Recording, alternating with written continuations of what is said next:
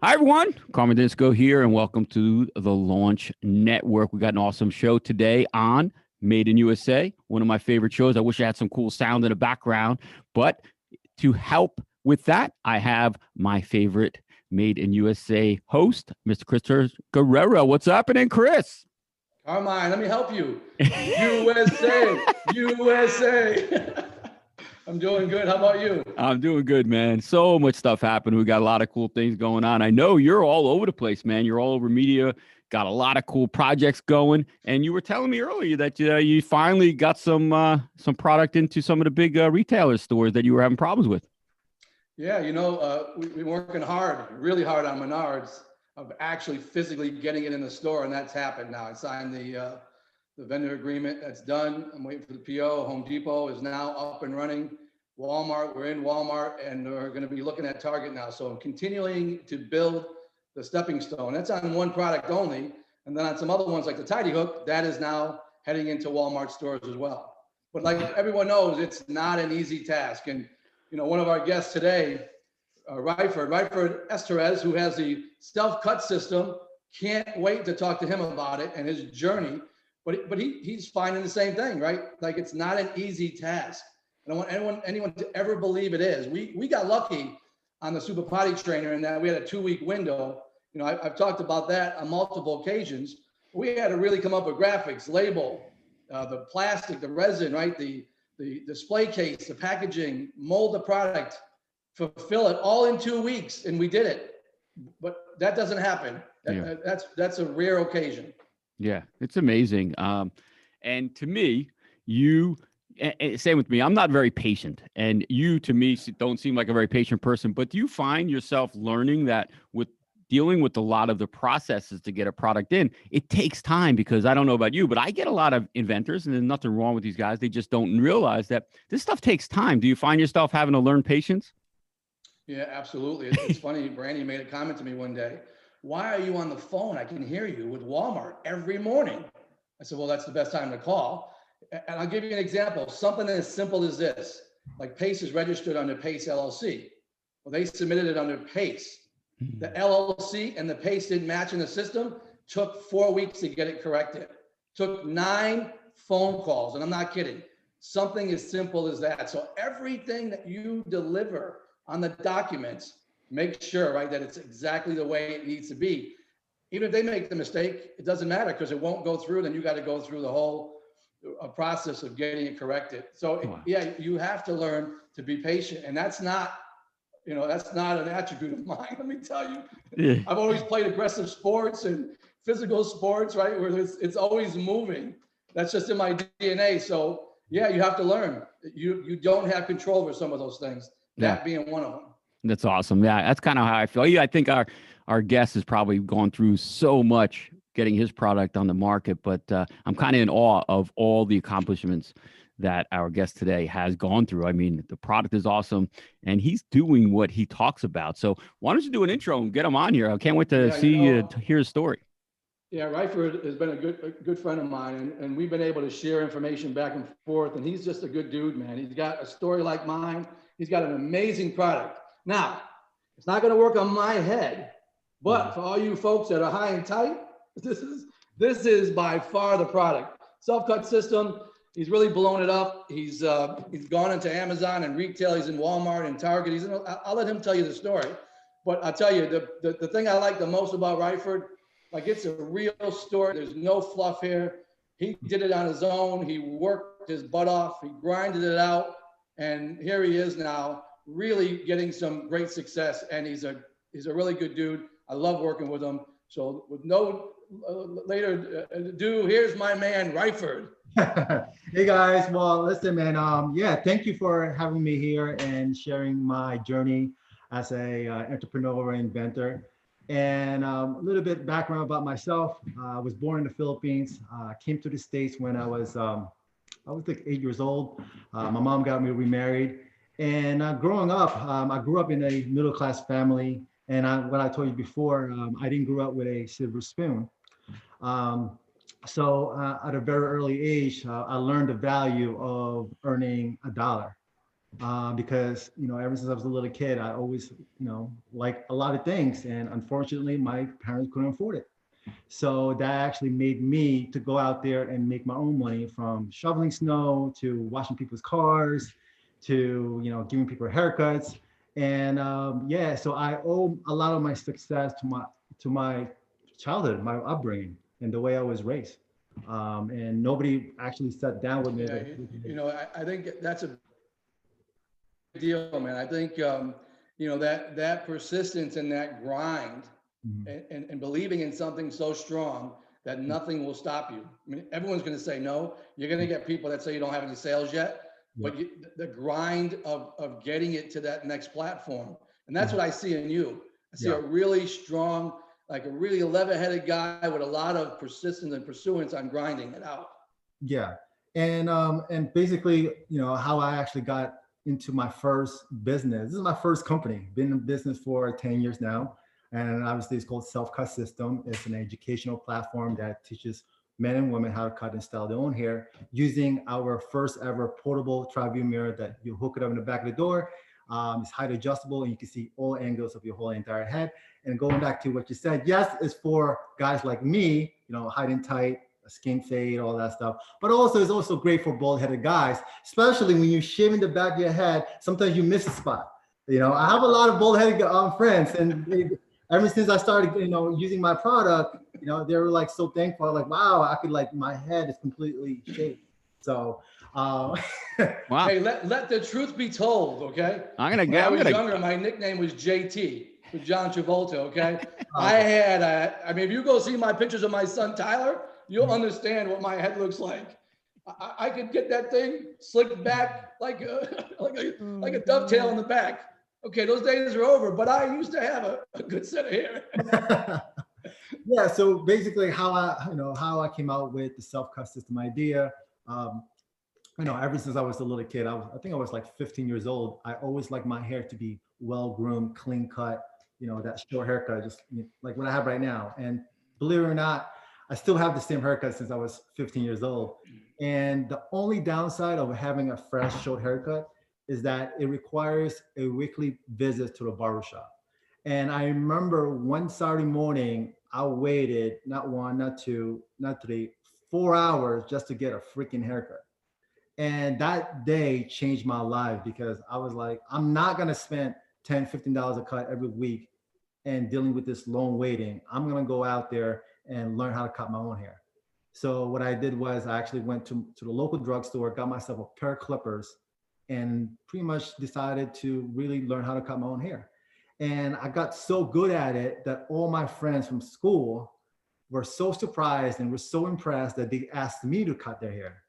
So the word spread and I was known as Ryford the barber. So that was like my side hustle growing up. And it's funny though, there was a barbershop down the street from my school, and the barbershop owner recognized me and actually offered me to work with him and have my own barber chair at age 16 years old.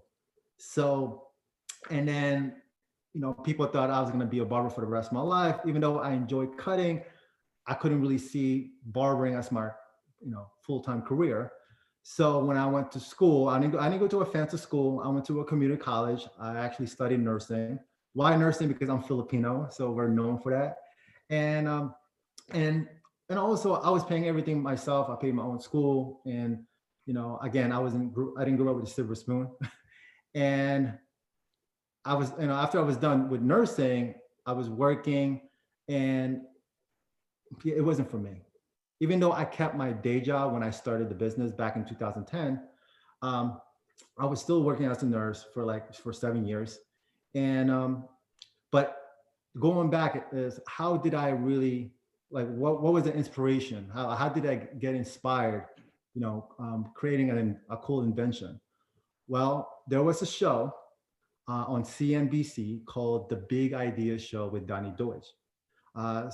So it's a show about entrepreneurs, successful inventors, business people, and how they all shared their one big idea and how they turned their big idea into a multi-million-dollar company. And I remember one episode, they had a guest, this guy named Todd Green from Headblade. who invented this the simple razor for bald-headed man. I'm sure you guys have it. I've seen it. And at Look first, at this baby. Look at this beauty. yeah, when I first saw it, I was like, that's not a product, that's a gimmick. Like, what's so special about that razor, right? And as soon as the inventor shared the sales that he was making $8 million a year, I asked myself, like, what the hell am I doing with my life? Like, if this bull-headed Sound like guy my son. can create a simple product and make $8 million a year, I'm like, I'm sorry, but I'm coming with my own invention, my own big idea. And it all starts when people ask me, okay, like, what other things can I think of? Well, you start from what you know. I know how to cut my own hair. I know how to cut other people's hair. So I'm very familiar with the market. So I was like, okay, well, the reason why guys don't cut their own hair is two things. One is they don't have the tools, right? Mm. You can't see the back of their head, and they don't know how to. So back in the day, that's so basically that's how I actually came up with the product, the world's first portable tri-view mirror. And back then we actually had an educational DVD, but now we have a free app that you could download. Wow. And then, yeah, and I've been in business for 10 years now. We're in Walmart, QVC, killing Amazon. We have excellent reviews on Amazon. We have over 1,000 reviews, 4.4, 4.5 out of 5 stars. Yeah.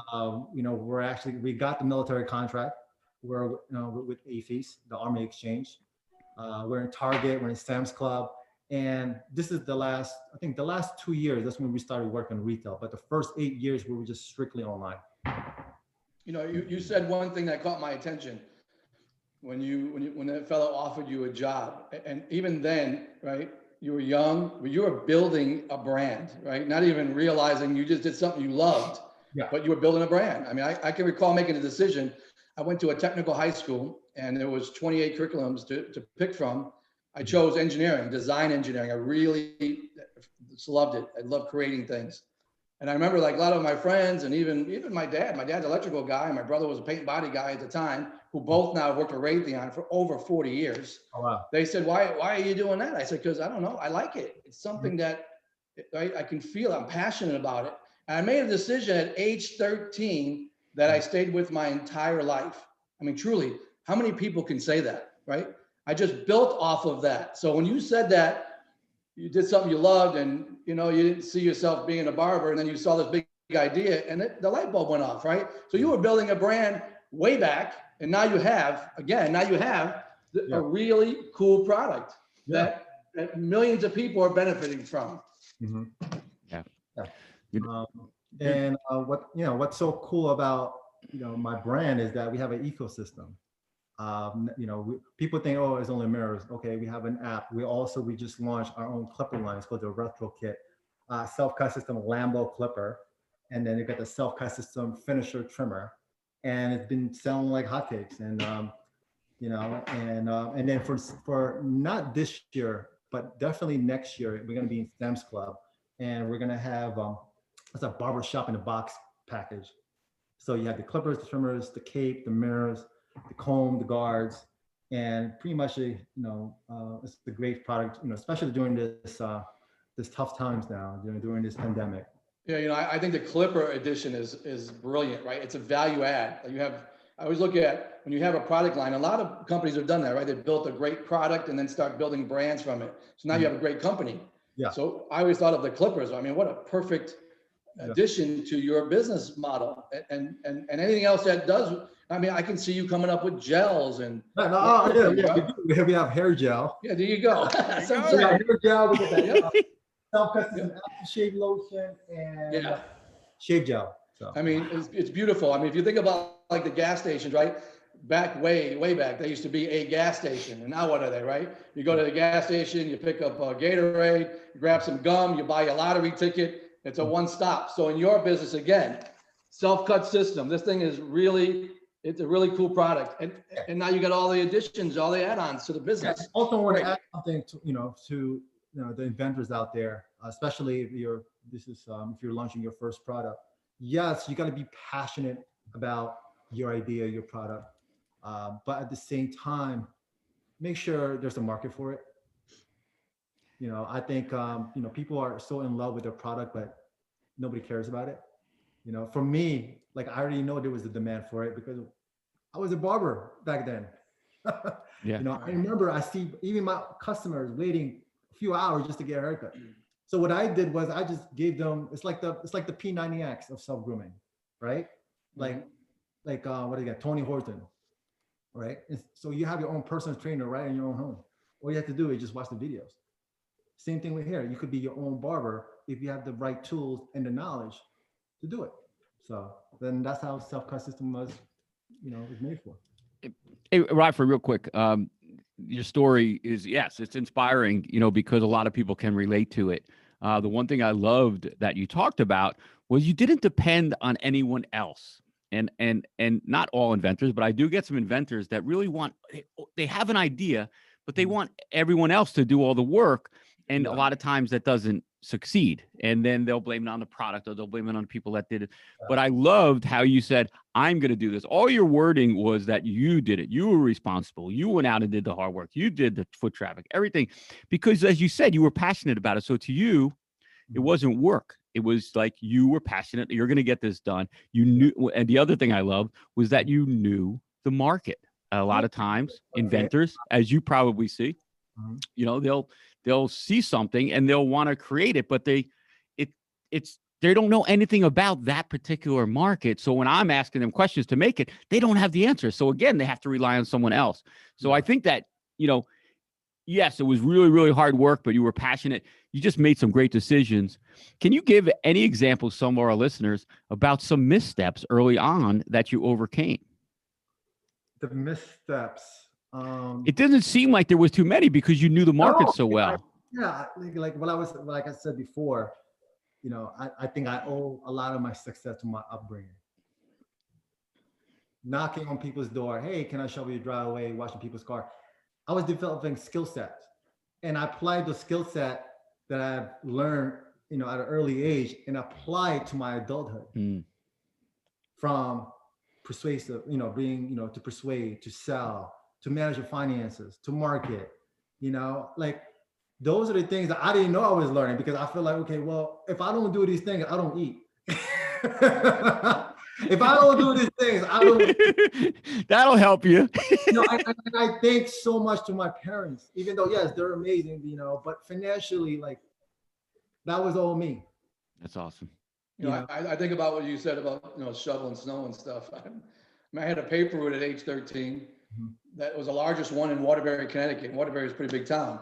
I had the largest one. I had 130 customers, and it was a grind. I ran track. I was third in the state.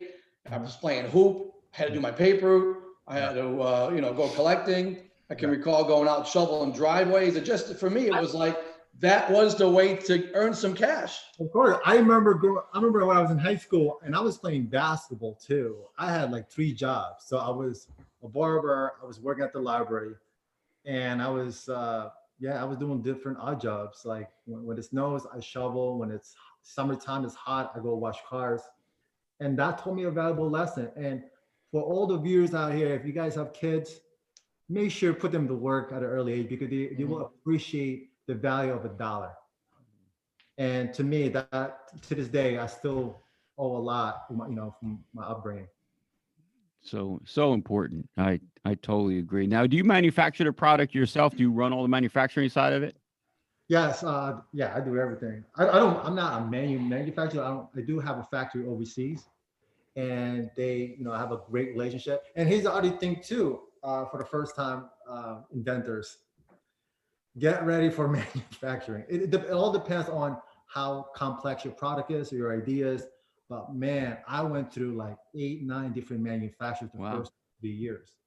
So I was able to mass produce, but I was limited to because there's things that I had to deal with as far as the defective rate, cosmetically blemish, but over time I was able to perfect it.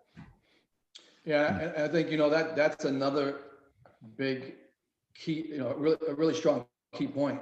It didn't happen overnight, right? Like you said, you went through 9 manufacturers. You learn on the go. You learn. Yeah, right. And also It's- start small, take affordable steps. You don't need to go Yeah. all out. Right. Yeah, it's kind of a grind, and we've been talking about how do we get it, how do we get his product made in USA? It's, you know, it's not, there's some things that, like what I do, are in my sweet spot, some things aren't. His product is pretty cool. I mean, you know, there's some assembly, right? There's a mirror. It's not just injection molding. So we had to be careful before you ever make where you're already producing and making good strides. You got to be careful when you make a change, no matter what the product is. So I think there's all of that, the lessons learned along the way. Nothing's perfect ever. You try to make it as perfect. I'm a lean guy, right? It's my goal is to make everything perfect the first attempt. Yeah. But it's a grind. It's, you know, you said 10 years.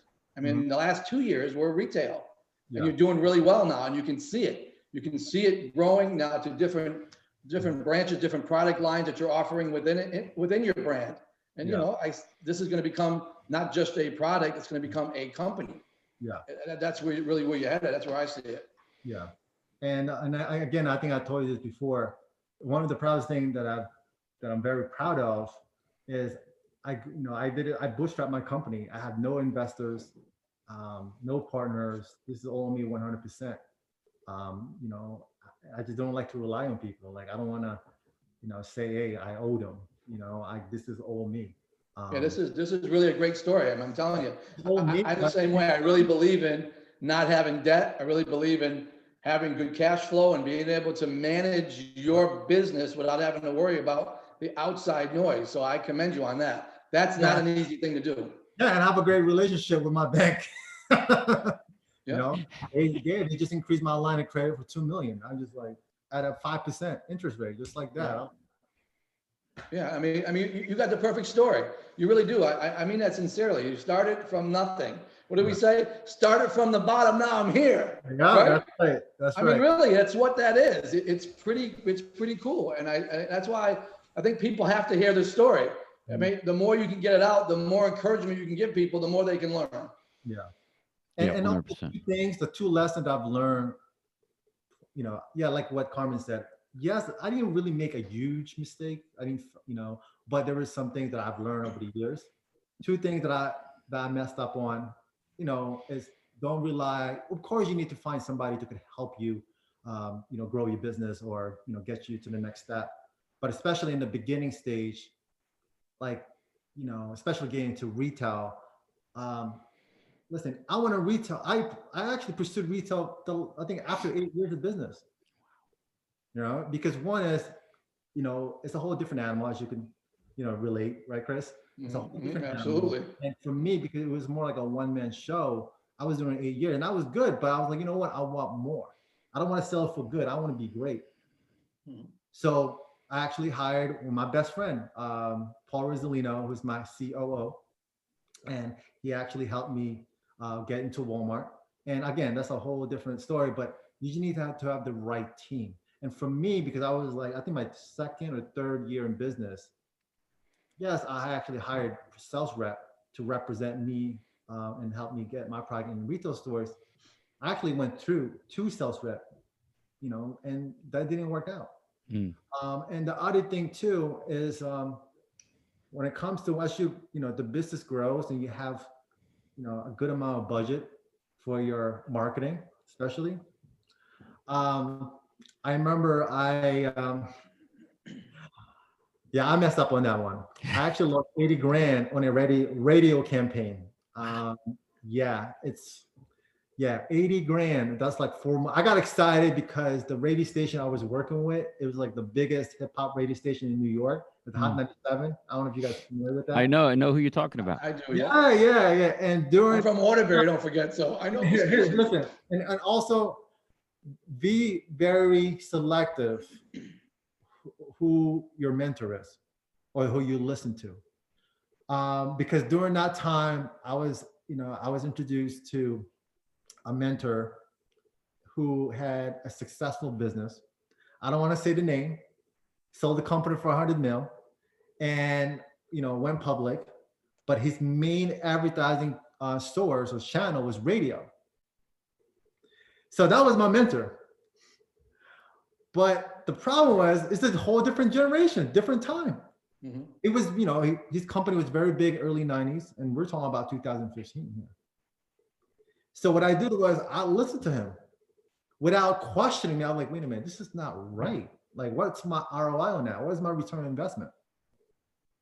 And two, I got excited. I'm like, wow, I'm partnering up with, the biggest hip hop radio station, and they're gonna interview me. So I was sold. I was like, man, I feel like a rapper right now, and promoting my album. But it's one of the lessons I learned is like, don't get too emotional. And I got emotional, and at the same time, I had a mentor who sold his company. Yeah, that's his own success. Everybody have their own blueprint to success, different roadmap. So, again, be very selective on, or just question. You got to question things. Yeah, I went and just followed. I can relate to that. I can relate to that so hard, because I think you can spend a lot of money really quick, as seen on TV, all the Facebook ads, the videos, the campaigns. I mean, you really need to look at what is the return. And there's some people you talk to and they say, well, don't expect any return. It's just continue to get your name out. Yeah. Well, maybe that's not the right avenue, right? It is dependent on product, and it is a different time.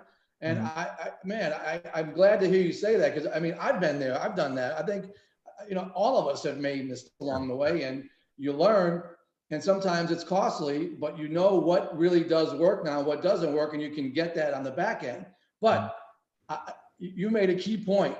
I'm a big advocate of trust, right? I got to really build a relationship. Even when I was in the corporate America, right, in the corporate world, that's the first thing I did as a CEO. Yeah. I wanted people to know who I was.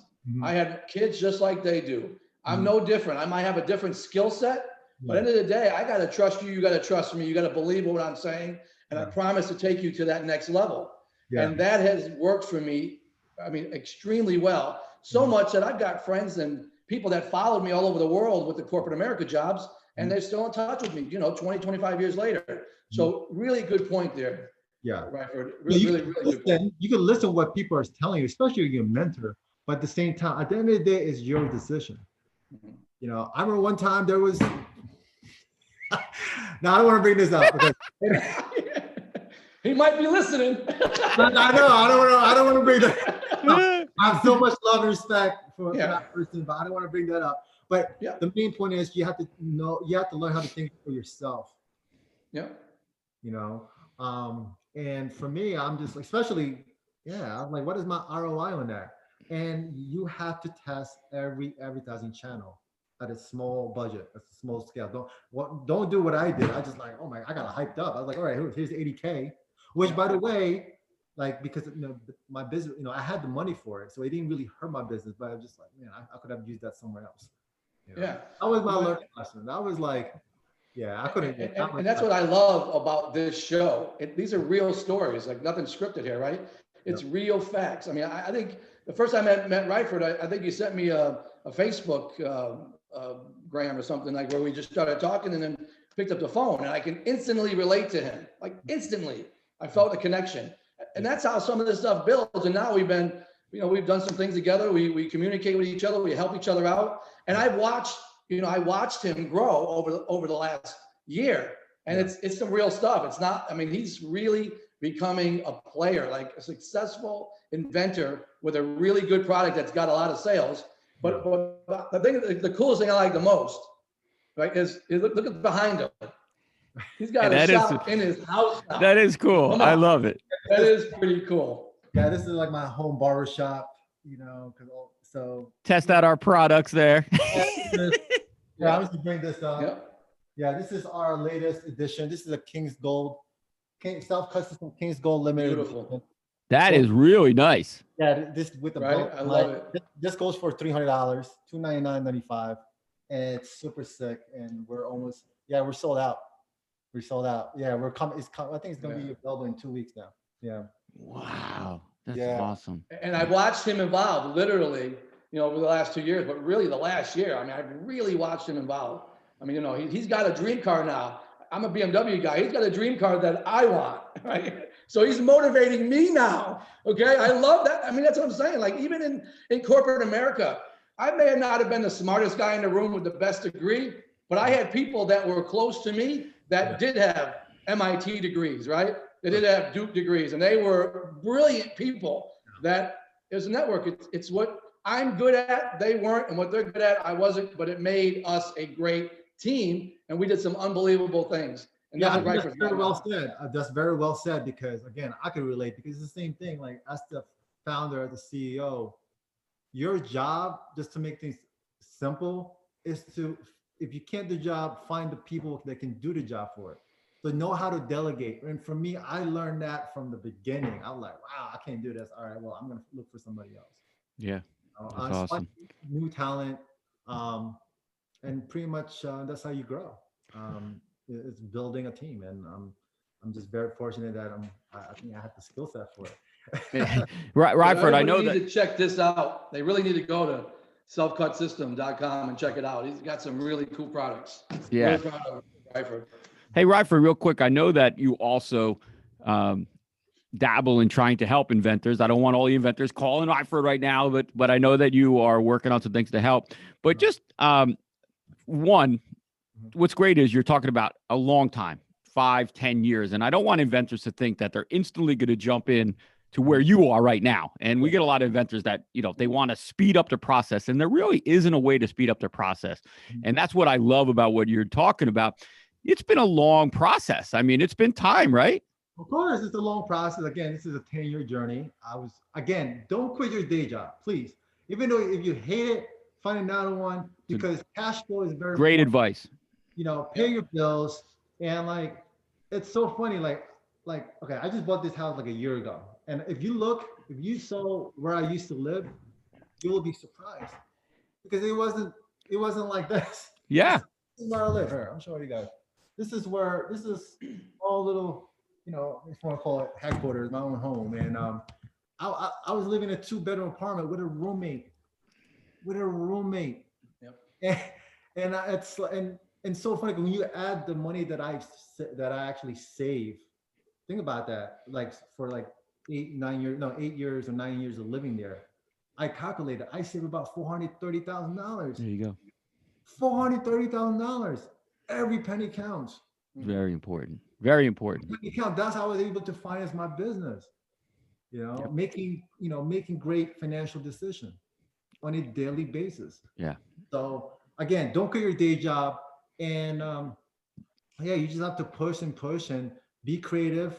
Set goals, set deadlines, and and things will manifest. It's especially in today's generation, it's so easy to do a promo, create a video, you have your phone, put it on Facebook, see the engagement. Like we have this thing called social media, for God's sake. It's not like back in the 1990s and mid-90s, you need to have your product or commercial On the radio. Yeah, on radio, on TV. It's like, it's so easy to start a business in today's generation. It's like, come on. And do it smartly. What I like. So real quick, when you just seem to me like you're waking up, you're always having ideas, you're driving, you're running, you're at whatever you're doing, you're coming up with ideas. When you come up with an idea and it hits you, what do you do first? Do you just jump on it, or you let it settle for a little while? Or, I mean, obviously you're always coming up with cool ideas that, It's so funny because people think, am I an inventor? I'm more of an entrepreneur than an inventor. I just saw the opportunity because my biggest motivation was, after watching that Big Idea show, make money. I didn't know it was possible to make millions of dollars. Listen, I'm Filipino. I came from a third world country. Nobody tell you that it's my mom, my stepdad, or people close to me going to tell me, oh, you can make millions of dollars. But the majority of society tells us, okay, go to school, get good grades, go to college, be in debt. I'm like, I'm not gonna. Even my guidance counselor, my senior in high school, right? Listen, I think I was like a B or C student, and she recommended me to go to this college and like spend like 90 grand. I'm like, hold on. That's like the biggest scam. I swear to God. I'm like, hold on. I'm only like 17. You're talking about 90 grand and you're talking about scholarship and all that stuff. I never seen 90 grand. Mm-hmm. I know education is important, but what type of education? I want an education that is going to make me money. And guess what? It cost me zero. You got the best education, dude. Yeah, because I read a lot of books. I read a lot of successful entrepreneurs, business owners, companies, big companies, And just like, I like what they said, like, formal education gets you what? Is that I think gets you pays your bills, but like, self education gives you freedom. And Mhm. it's true. It's true. 1,000,000%. No, Well, one I tell one you, million man, percent. like this is what this show's all about. This is an American dream right here. I mean, honestly, like starting from the bottom and really having some great success. And honestly, I really appreciate you coming on the show today. I think this is great for every entrepreneur slash inventor who has an idea Mhm. to understand that it's not something that's quick to have, and it needs to take some time and persistence and grind it out on a daily basis. And you're living proof of it. So I really, really appreciate it, Ryford. I love hearing the story. Thank you for having me here and having me share my story with your audience. Oh man, it's awesome, dude. I mean, everything you're talking about, I'm hoping that our entrepreneurs, our inventors, our product guys are pulling in and listening, because we're not trying to discourage. We just want everyone to do things smartly. Of You know, course. it's very encouraging to talk to somebody like yourself. To add to that, like going back to what I was saying before, I was just like, yeah, I am motivated if I have the opportunity to make millions of dollars, millions. And it's Yeah. so funny how people just go to school 4 years and sell for six figures, 150. Yeah, that's good for them. But for me, I have a different approach to that. Yeah. Yeah. I have a different approach. Okay, with the average salary here in America is like what, 55? Is it 45, 50K around there, right? The average salary, right? This is 45, 55, where millions of dollars. Like, why are Anywhere you in gonna between. you're gonna work hard anyway. Why not work hard to get millions of dollars? Yeah. Well, think about that. I'm like, That's a true story. no, Yeah, man. my millions of dollars. Yep. Because when I was working as a nurse, like I hated it. I hated it. I freaking hate it. Like every time I go in, I put a smile on my face and I have this like sick feeling in my stomach. Mm. And I was getting paid like 60, 70K. Yeah. But you know? had the idea. You knew where you were going. Yeah, I know where I was going. I know cash flow is very important. I Yes, know it cash flow is. very important. It is. It really is. And it's so funny. Yeah. Cash flow is very important. You got to pay your bills. And no doubt about it.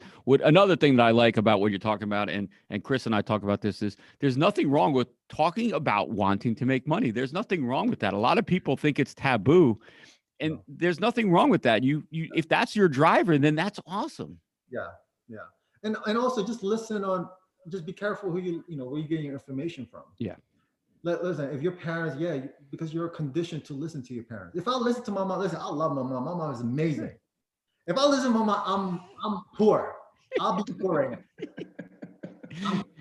I'm serious. I'm poor right now. Yeah, they're parents are risk adverse. That's they like you said, and there's nothing wrong, but like you made up your own mind, which was good. Yeah, you got to think for yourself, question everything. 1,000,000%. Like I just recently bought a multi-family house, my third property. I told my mom, I said, Mom, I bought a property. You know what she said? Why? That's too much. I'm like, Mom, don't worry about it. Yeah, I know the feeling, man. Yeah. I didn't even tell I started my business in my mom's basement. She didn't know what was going on. Mm-hmm. Right. And then after a year, and then when I moved out, then she found out about my business 3 years later. She saw me in this local business magazine. And the reason why I didn't tell my mom, because I don't want that negative energy. Yeah. I don't want to be discouraged. I got a lot of things to worry about. That's the last thing I want to deal with is my mom like, oh my God, it's a scam. I'm like, okay. Like one of those things. And I just you say mama knows best, but not in this case. No, it's true though. It's true. No, I know. Yeah. I mean, she loves you, right? She doesn't want you to get hurt. Yeah. Just trying to protect you, right? Yeah. To this day, she still asks me, have you renewed your nursing license? I'm like, Hey, don't kid yourself. My dad still to this day says you were an executive at BMW and you walked away from it. That's right. I'm like, okay, Dad, like you need to chill out. You know how much money you be making? I said, well, let me show you how much money I do make. Maybe that might change, right? But it's the mindset. It's not all about money either. It's about happiness. It's about doing what you want.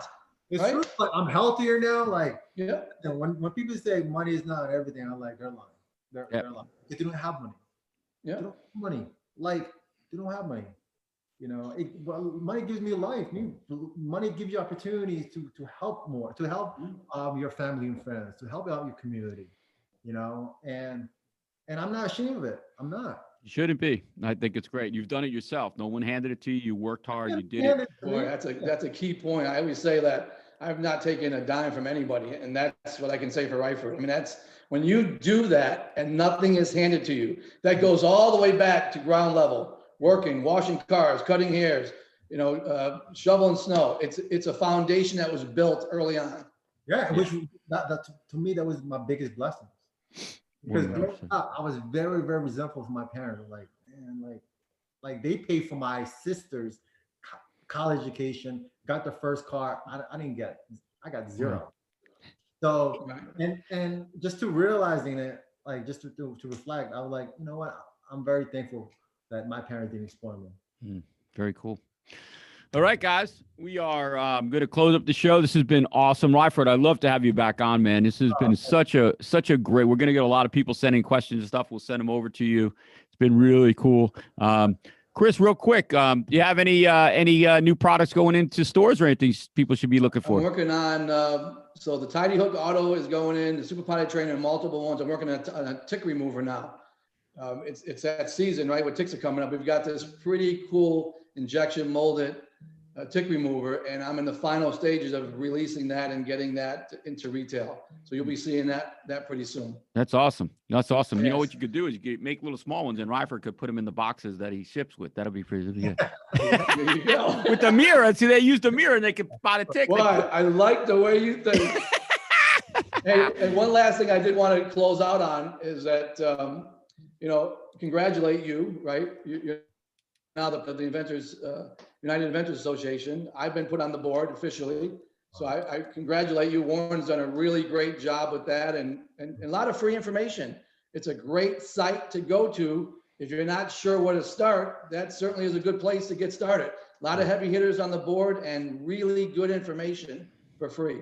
Yeah. Thanks, Chris. And congratulations to yourself. And we're going to turn the UIA into a hub for inventors. It's already, like you said, Warren and the rest of the crew did an awesome job setting that foundation. They're handing us the reins. We're going to really blow it up. We're going to be using and talking to people like Ryford, getting some real good education information to those inventors out there. And I appreciate it, man. It's been a lot of fun, and we're just going to make it better. Absolutely. And Ryford, once again, man, I appreciate you and thanks for coming on. Your story is great. It inspires me to continue to get better. I agree 100%. Yeah. All right, everyone. Well, thank you for listening to Made in America with Mr. Christopher Guerrera. We thank Ryford for coming on. Check out his products at selfcutsystems.com. If you have any questions, anything, send him a note, send him a question. It'd be awesome. If you would like to, please go on out to Google Play or iTunes. Leave us a rating, a review would be awesome. And subscribe to our show. We'd love to hear from you. For myself, Carmen Denisco, for Christopher Guerrera, we thank you for listening. We will catch you next time on Made in America. You all take care.